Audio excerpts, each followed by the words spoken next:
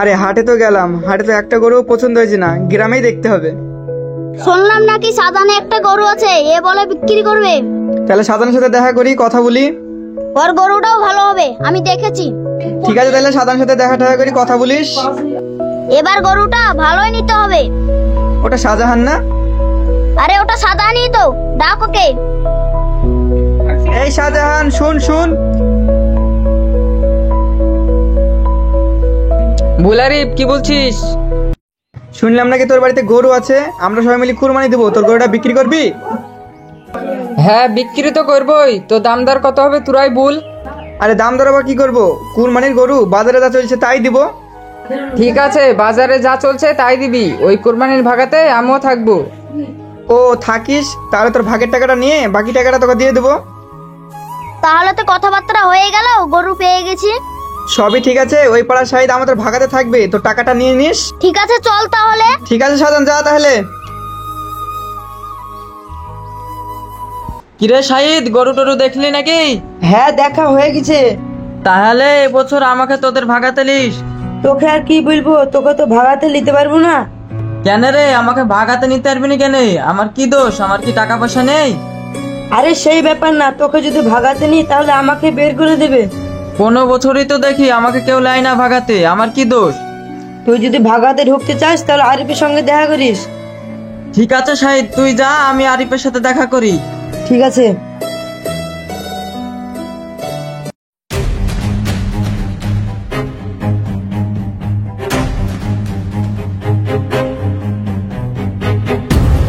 এই সমীরুল, তোর আব্বা কোথায় রে? আব্বা তো বাড়িতে নাই, আব্বা মাঠে গেছে।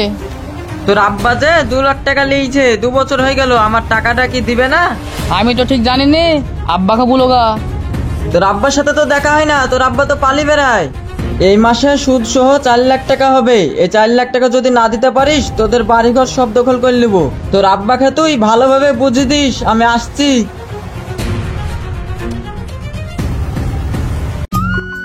কি ব্যাপার, রাজেশ আমাকে হঠাৎ করে ডেকে পাঠালো, এখনো আসছে না? আমারও তো কাজ আছে, তাড়াতাড়ি যেতে হবে। কি ব্যাপার রাজেশ, আমাকে ডেকে পাঠাচ্ছো কেন? বলছিলাম যে তোমরা তো এই বছর গরুর কুরবানি দিচ্ছ, ওই ভাগাতে আমাকে নাও। না গো রাজেশ ভাই, তোমাকে তো ভাগায় নেওয়া হবে না।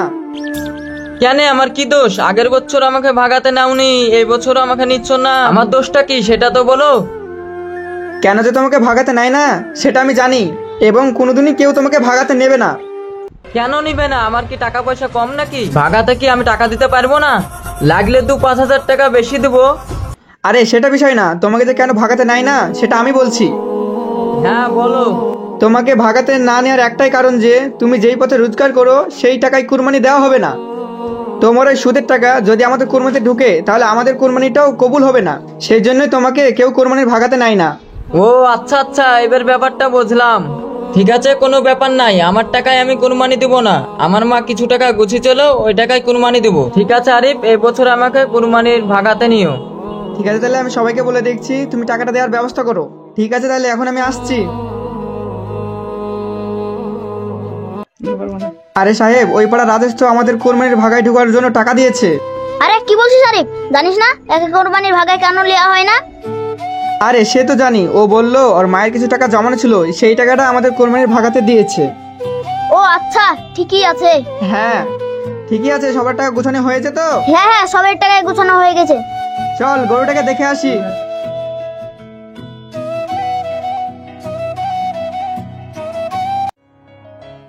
ঠিক আছে, তাহলে ওই কথাই রইলো, এখন আমরা আসছি। ঠিক আছে, যাও।